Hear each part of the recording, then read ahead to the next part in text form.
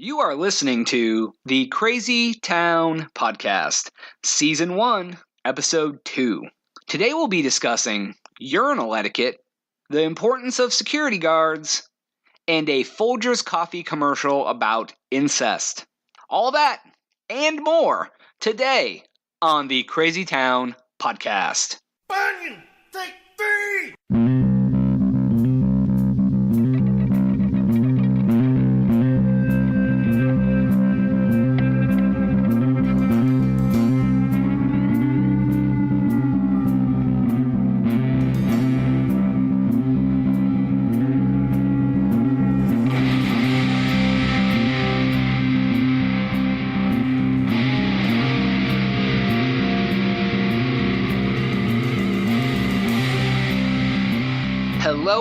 Hello, and welcome back to the Crazy Town Podcast. We have made it to a second episode. I, once again, am your host, Jonas. Thank you again for taking the time to listen to me and my random brain rambling around about all sorts of dumb shit. Today, I wanted to start the show out. I had a weird experience at a urinal, but before I get to that story, it got me thinking about urinal etiquette. If there's any ladies listening, I do apologize. You may not know about this, but I doubt there's probably many of you listening. If there is, I'm glad, and thank you and welcome. But anyways, for guys, there's like rules of pissing in a urinal that I think we all kind of abide by. I don't know if we've ever sat down and thought about the specifics of them. So I decided to look up online if someone else had taken the time to sit down and write a etiquette of urinal pissing, because it's a very important topic. It's at the hearts of every man in this world, I found a couple articles. I'll post the links up on the blog after I get done with this episode. But basically, there was one, it was like the bro code or some dumb shit, some fucking bro-ass bro thing. And like some other thing, I think it may have been from the UK. It was like the urinal 10 commandments. So I took some of them and I wanted to touch base on them because, as guys, we all piss in urinals constantly when we're out and about. One of the first ones that was on the list was don't use your phone while at the urinal. Like, don't hold your dick in one hand and then be texting your buddy with the other one. This one, I don't know how I feel about. I can say I have been guilty of this in the past. I don't make it a habit to hold my dick and my phone at the same time in public, but I'll leave that one as what it is. The second one was no talking. I'm a big fucking proprietor of no talking. This is one of the most commonly broke fucking rules in my book. I'm sitting there, I'm in public, I have my penis in my hand. I don't want to talk to you. I don't want to talk to my best friend of 20 years. So I definitely don't want a stranger to be like, how about them Cubs? Oh, dude, I don't give a fuck about the Cubs. I don't give a fuck about you. I'm peeing. I'm pissing. I'm using a function of my body that I don't want to talk to another man while I'm doing. So I agree with that one. That one needs to be number one as far as I can tell. Let me know what you think about that, but I'm pretty sure most of us will agree that the no talking is pretty fucking high up there for us. This next one's pretty important. It's like the gap rule, the max distance. This one can be really fucking confusing to probably women if we try to explain it to them, but it's the rule of basically if you go into a urinal, bathroom, you don't go into the urinal, and there's a man at a urinal. Say there's 5 urinals. The guy's at the second urinal from the left. So there's 1 to his left and 3 to his right. What urinal do you pick?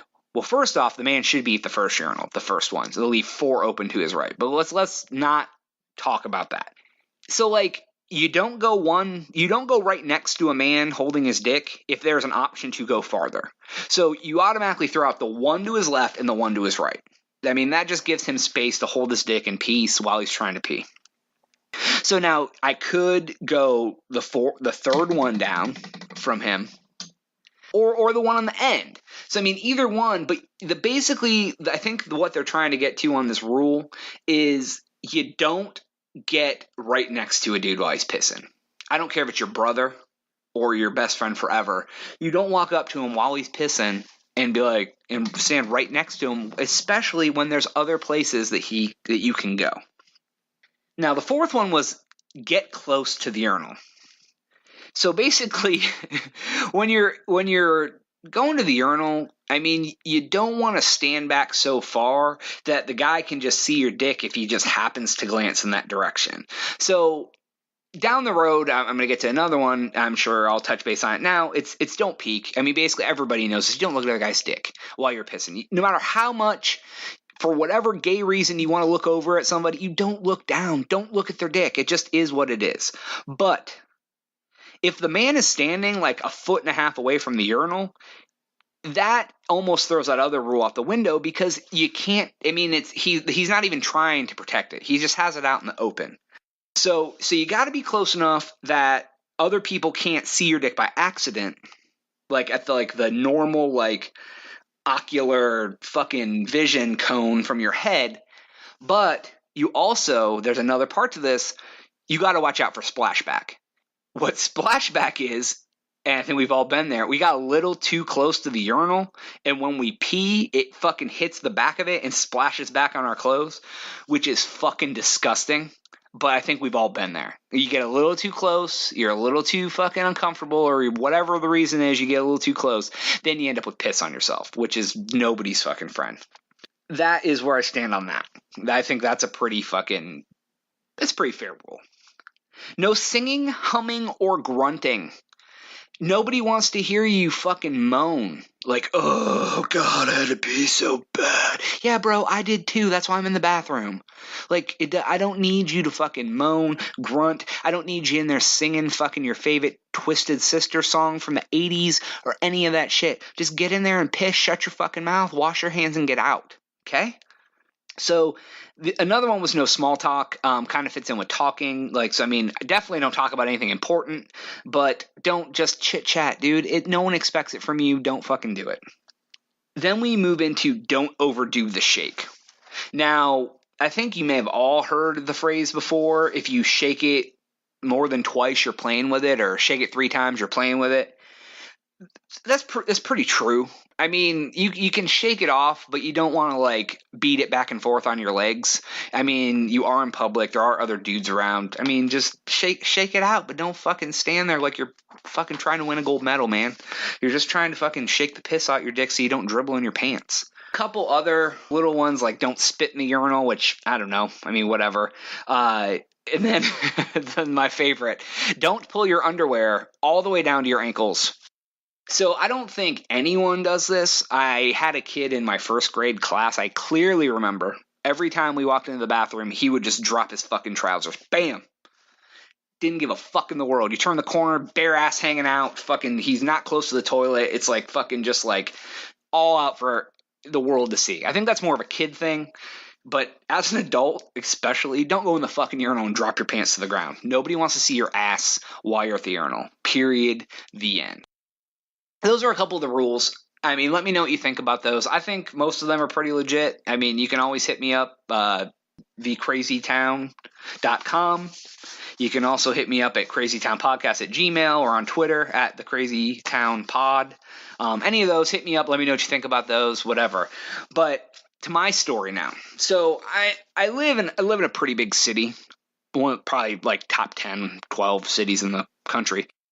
And I was downtown on a Sunday afternoon, Sunday evening, and I stopped in at a donut shop.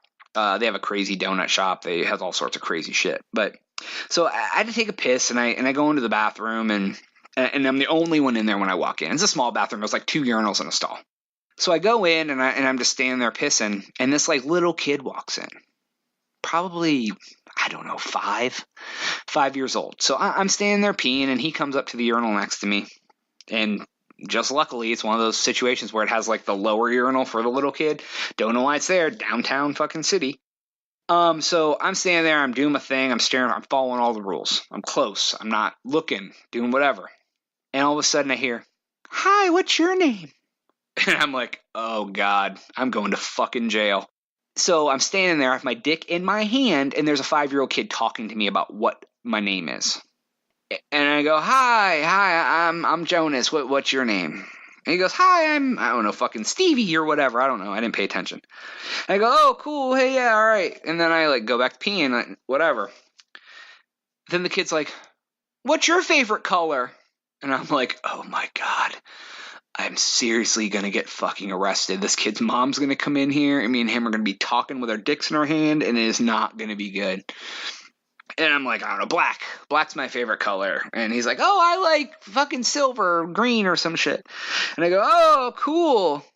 And then he asked me one more question. Something about if I knew about what some fucking TV show was, and I didn't because I'm not 5. And I go, no, I don't know. And he's like, okay. And he goes and washes his hands and he fucking leaves. So as weird as a fucking experience this was for a grown-ass man, to a little kid, it was nothing. It just shows the difference between like your mindset when you're an adult and your mindset when you're like a little kid. Like in my head, I'm thinking I'm going to fucking jail. And this little kid's just like, oh, here's a stranger in the bathroom. Let's talk to him about colors and fucking TV shows. I mean, God, what it would be to be that fucking old again and not have a care in the world. I mean, holy shit. On that note, the Crazy Town Podcast. We'll be right back.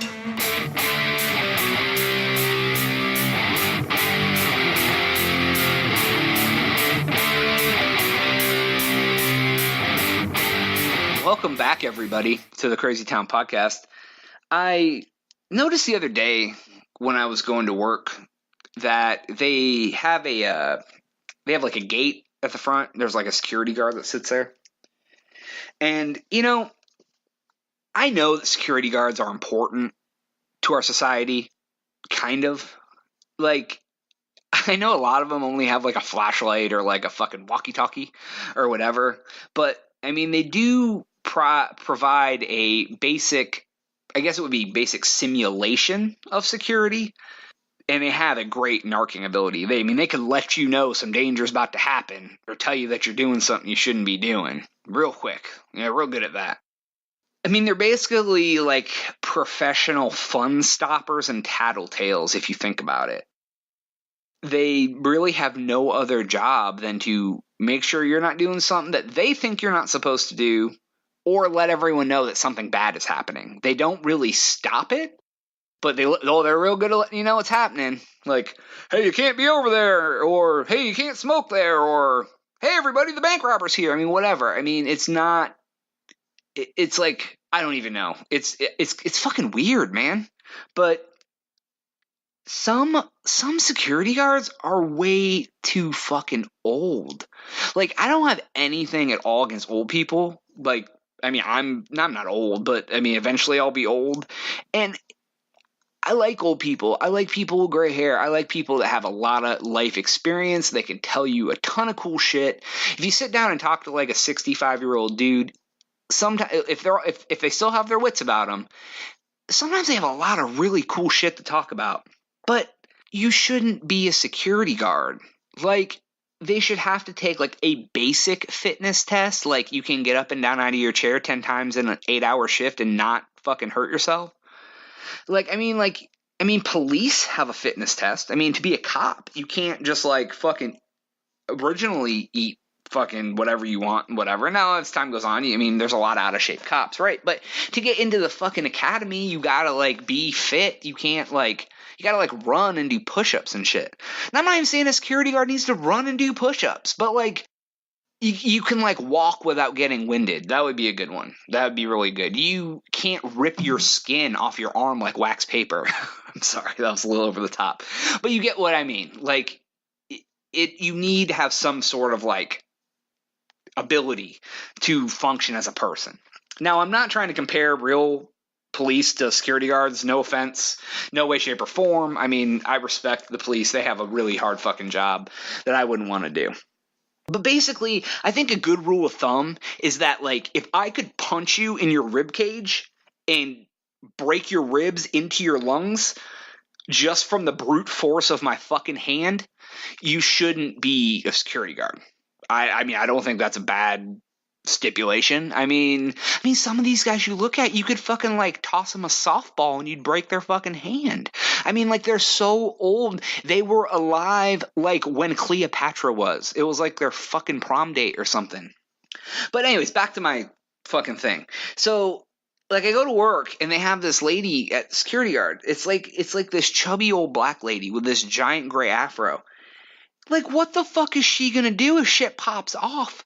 She doesn't even get out of her chair. She doesn't even look up to wave at you when you're coming in the gate. I could be a goddamn terrorist with a bomb van and she'd just be looking at Facebook on the goddamn computer.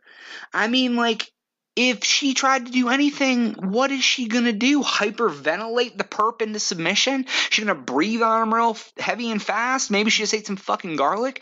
I don't know. But my point is, like, if you're going to provide the illusion of safety or security, you should at least have the illusion that you're able to do anything. I mean, I don't really think that's too much to ask, but I mean, I know the world is a pretty fucking crazy place, and I'm just a fucking crazy guy with a microphone. What do I know about life? So let me know what you think about that. I'm going to take a quick break. I'll be right back on the Crazy Town Podcast. Where am I? All right, we are back. Welcome back to the Crazy Town Podcast.